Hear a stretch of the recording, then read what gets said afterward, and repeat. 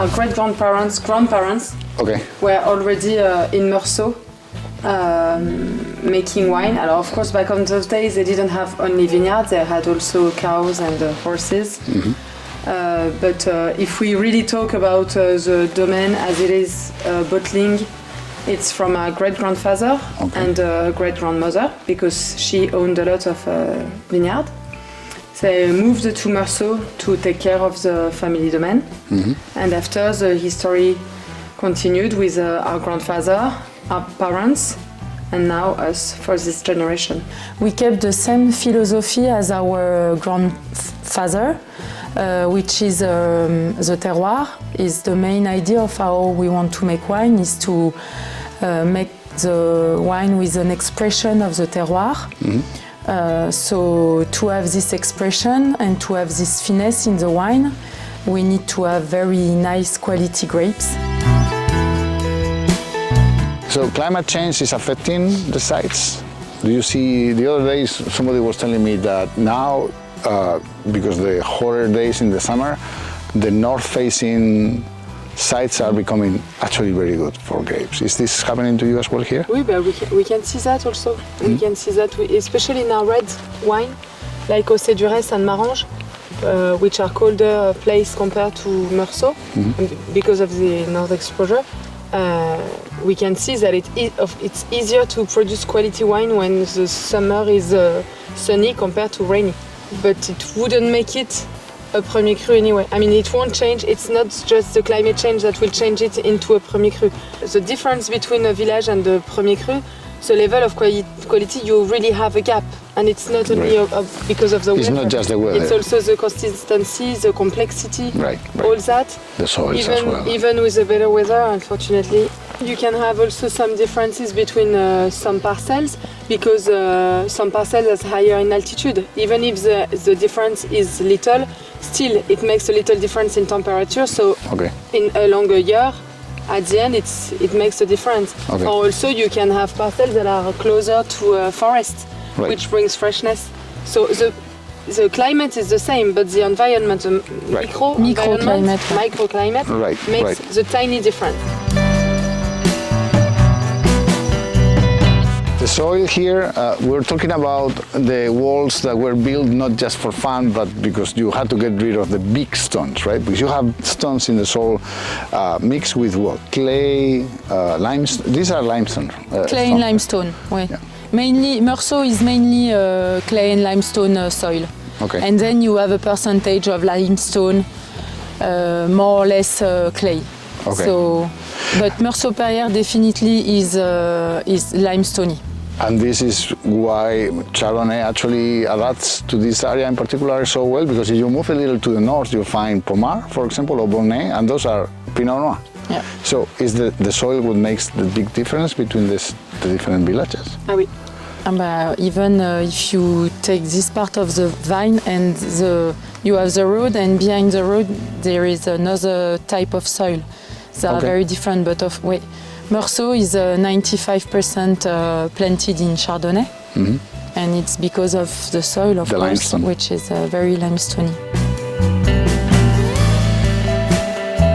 Over 20 years now, so our dad started to grow the vines organically. So first of all, we don't use any pesticide or herbicide. And we use organic fertilization. Okay. And also we plough. So we always remove the grass with ploughing, and no herbicide. Okay. You also, I see that you have this cover crop here over the year. For winter. Yeah, and so I assume that if it grows too much, you will eventually have to do something with it. I mean, by winter, it's okay. The soil, we let the soil live by themselves. Okay. But then when spring arrives, of course, we will plough. We plough to make it clean. And then during the season, until we harvest, we have to take care of the soil unless the competition is too high. Chardonnay is an easy to work with grape, or it requires a lot of attention? Easy. No, I don't believe you. No, si. Yeah, it Compared is. to Pinot Noir, it's easy because it's very, it's not so fragile if you compare to Pinot Noir. Okay. Chardonnay grows everywhere in the world. Yes. Alors, of course, in some areas they give water and they Right. keep it. How old the vineyard has to be in order for you to get rid of it and replace it with a new one, more or less? It depends on unfortunately, some plants can die young. After between 50 to 60 years, we start to ask the question if we should replant or not. Okay. Because the problem is if you wait too long, at some point the vineyard is very old and the quantity of grapes that it produces falls down. Right. And in our job, you always have to think about the next generation. Mm-hmm. Because if you never replant, of course you will have a very good old vineyard for yourself, but the next one, maybe the entire vineyard is old and it's starting to be a problem. You also work with Pinot Noir. Where is your Pinot Noir coming from? The Pinot Noir are located on the side of Volnay, so very next to Volnay. So But it's in still in Meursault? Still in Meursault, Okay. ouais. But the south part would be Puligny and the north would be Volnay. But you have wines that come from other villages, right? It's not only Meursault wines. yeah, we also produce Montely, Marange, Océ-Durès. Okay. And we produce from the north of Meursault, the Volnay-Centenot Premier Cru, and south of Meursault we have the Blagny. Blagny, which is on the top of the hill of Meursault, Okay. and it's higher in altitude.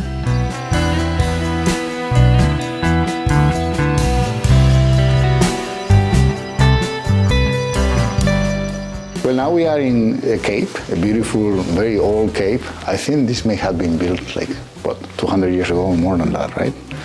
Because it runs all underneath your winery, but it's really, really large. The space that you have here is beautiful. And we see some Pinot Noir barriques, I can tell because of the color, but you also have some in where you produce the Chardonnay. I'd like you to explain how you produce your Chardonnay. My understanding is that everything happens inside a barrel, right? So Chardonnay is quite easy. We harvest by hand. Mm-hmm. So we get the grapes in the vat room. We have a press, so we press directly. Then we get the must, and when we have the must, we settle down for 24 hours. Mm-hmm. The next day we rack it. We do the selection of the lees, so the thin lees that we will use for the aging, and then we barrel down. So in 24 hours we all barrel down and those for are the fermentation. Burgundian size barrels? Yeah, 228 liters, Burgundian and French oak. And so the fermentation starts naturally. Mm-hmm. We don't use, we use white yeast, and then we control the fermentation, the temperature of fermentation also, and then we fill the barrel. We don't fill the barrel completely from the beginning, and during the fermentation we fill it side by side. Mm-hmm. And when it's dry, we fill completely, and we can close the barrel until we have the malolactic fermentation. And this is like a couple of weeks maybe for the fermentation? A couple of weeks, so it can be directly after the alcoholic fermentation, or it can take time. We never control that much. The malolactic, we never control it. My understanding also is that your family kept this traditional style of expressing terroir without a lot of involvement with oak. So I assume that many of these oak barrels that you use for the Chardonnay are old. Second use, maybe third use? What we do is we use it the first year in the Bourgogne Chardonnay in low amount, like 20% new oak in the Bourgogne Chardonnay, but we do shorter élevage in barrel for the Chardonnay, so the barrel doesn't have time to very give a taste to the wine. Oh, okay. And then year after it goes in the Meursault and in the Cru. So 1 to 5 years old barrel in the Meursault and 1 to 3 years old barrel in the Cru. And okay. after the 5 years, it goes back to Bourgogne Chardonnay. It means that in Bourgogne Chardonnay, you have barrels that are over 5 years old and 20% new oak. Okay, so these old barrels basically only allow the micro-oxygenation to age the wine and to give it a structure, I believe, but it doesn't impart more flavors into the grapes. No more flavor. After 2 years, zero flavor. Well, our grandfather used to say, if one appellation would need some toasty aspect of oak, it would be the Bourgogne Chardonnay because it's a less complex wine, and this could eventually help. That's actually very interesting. And the coopers, you use different coopers, different French oak? Oui. That, for a reason, I just different grains, different different toast, different grains, forest. different forest, different typicity, like a terroir for wine. You have the terroir for oak. Absolutely. Only French. Of course. And when it comes to reds, this is different slightly, right? Quite different. Reds we harvest in a small bucket and like 800 liter. Then it arrives in the domain. We sort. So we have two. We have a first sorting table that is vibrant, like like this. Dry berries fall apart, and then we sort by hand around the table. Then it falls into the distilmer. We distilm 100%, and then from the distilmer to another. The open bath. Yes, to an open tank, and like this, the grapes never see pumps, so the berries are in very good shape when they arrive. Everything is made by a little elevator, like when the grapes have to go in a machine, or in the tank, it's with an elevator. Right. So like this, the berries are opened to get the juice in the tank, but they are not smashed. So we have very beautiful berries in the tank. Very gentle handling, right? Exactly. Right. And then we do pump over twice a day. For how long? Depends on the vintage. Sometimes we can do a few days of cold soak when the quality of the grape is perfect to do so, and if not, we just let the temperature go slowly. Also, it depends on the temperature of the grapes when we harvest, because when we harvest mid-August, the grapes are too warm, so we have to lower the temperature. Okay. And then we do maceration for 10 to 17 days max, and we do pump over twice a day to help the yeast working. And then the aging, how it goes for the reds? How long? I mean, it comes to the barrels eventually, and then they stay in the barrels for 1 year. We use a little bit more of new oak for the red. From 10% for the générique and village to 20% for the village and 25% premier cru. And for how long it ages? 12 months. 12 months. 12 months in barrel, and then it spends sometimes in tank. 12 to 13, it depends of the date of the harvest, because we rack the vintage after the new vintage is dry and ready to barrel down. Your grandfather started to sell wines in the United States, perhaps one of the first, not the first for sure, but one of the first French winemakers here in Burgundy who actually had a good business relation with Americans, right? Is this something that you maintain?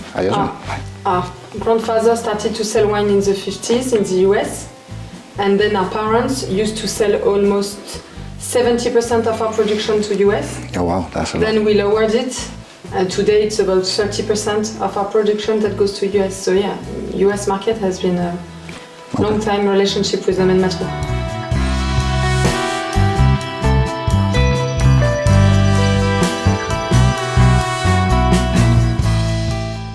Elsa, we are going to try some of your Chardonnays. I think we have a generic Bourgogne level 1 and a village.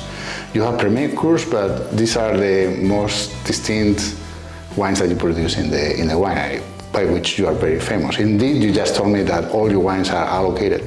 You don't have to spend any effort in selling them, because people come just to look for your wines and they take everything you do, right?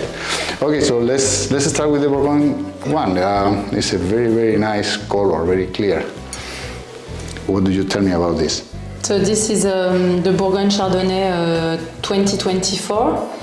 So it has been bottled in July. This wine has been aged 12 months in barrels with 20% of new oak. We focus on the quality of our Bourgogne Chardonnay because it's our main production. It's our biggest production in the domain, and it's kind of our visit card for our clients who wants to discover the domain. We are lucky to own Bourgogne Chardonnay appellation in Meursault, which is very well located and which it gives powerful in the wine and good expression of Chardonnay. So we like to produce Chardonnay like easy to understand. But to me, I describe it as first 24. It's a very fresh vintage, and that's what I like in the wine because the l'attaque, so the start is like energetic. Yes. And then you have the fruit and the roundness of the Chardonnay and of the area of here, and the finish is with the citrus. So it's very refreshing, and that's the type of wine we like to do when it's like refreshing, not tiring, and if you eat with it, the wine won't take all space. Okay, very well. And the next one, this is the Village, and I believe it's perhaps the most representative of your Chardonnays. Right, which is not bottled yet, so we taste it in samples. Okay. Straight from the tank. Oh, that's great. And it has been filtered yesterday. So this is the wine that you will get in bottle in a few months. In few months, okay. And it will be bottled in January. So we leave time after filtering. We leave sometimes to the wine to recover from the filter. Okay, I want you to describe it, but I can tell that this is way more complex, and I have these kind of herbal notes all around the place and very aromatic as well. The complexity of Meursault is very interesting. You have a nice fruit on the first nose, like fresh fruit, and you have the minerality also, which is very interesting, and it keeps the wine with a nice persistence. And you have the richness of Meursault, but also this nice freshness at the end. Yeah. The nice complexity of Meursault. I can also tell that it lasts in the mouth for a long time. I still feel it. So yeah, we like to work with the maturity. For us, it's very important, the date of harvest, because as we don't use new oak, we don't have any makeup for the wine, so you have the 100% expression of the terroir. And so texture is also very important for us. So we look for the wines can take all your mouth, like very supple, and then the energy at the end, the acidity. Yes. Keep the wine lively. And still citrusy at the end of the wine. Well, fantastic wine. We had to try others. I included the Pinot Noirs, but well, thank you. It's been a real pleasure for us to be here and learn more about your history.